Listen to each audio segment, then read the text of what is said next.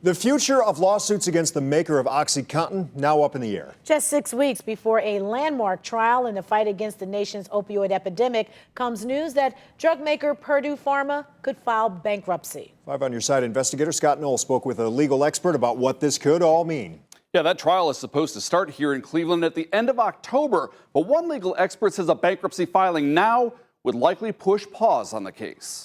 News that drug maker Purdue Pharma could file bankruptcy doesn't surprise Case Western Reserve University law professor Andrew Paulus. It's a natural consequence of facing significant monetary liability in these opioid cases that by all accounts has the potential to exceed the value of the company. The rumors of bankruptcy grew louder over the weekend after negotiations between the privately owned drug maker and states that have sued Purdue Pharma seemed to stall.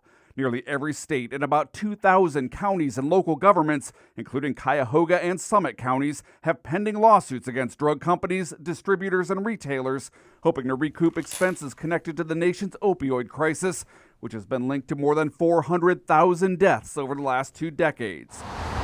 The largest of the trials set to start here in federal court next month.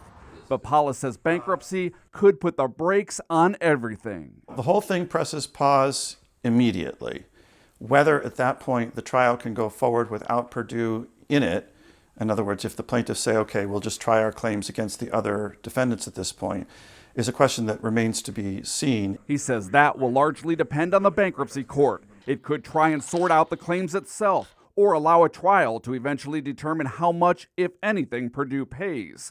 In a statement today, the company did not comment on the possibility of bankruptcy, but said the company is prepared to defend itself vigorously in the opioid litigation, but that it's made clear it prefers a constructive global resolution, adding, "We have been actively working with numerous state attorneys general and other plaintiffs on solutions that have the potential to save tens of thousands of lives and deliver billions of dollars to the communities affected by the opioid abuse crisis."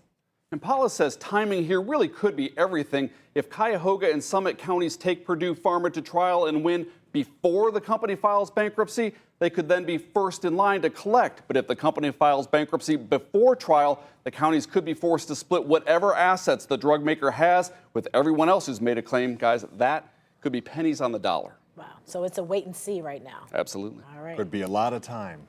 Thank you, Scott.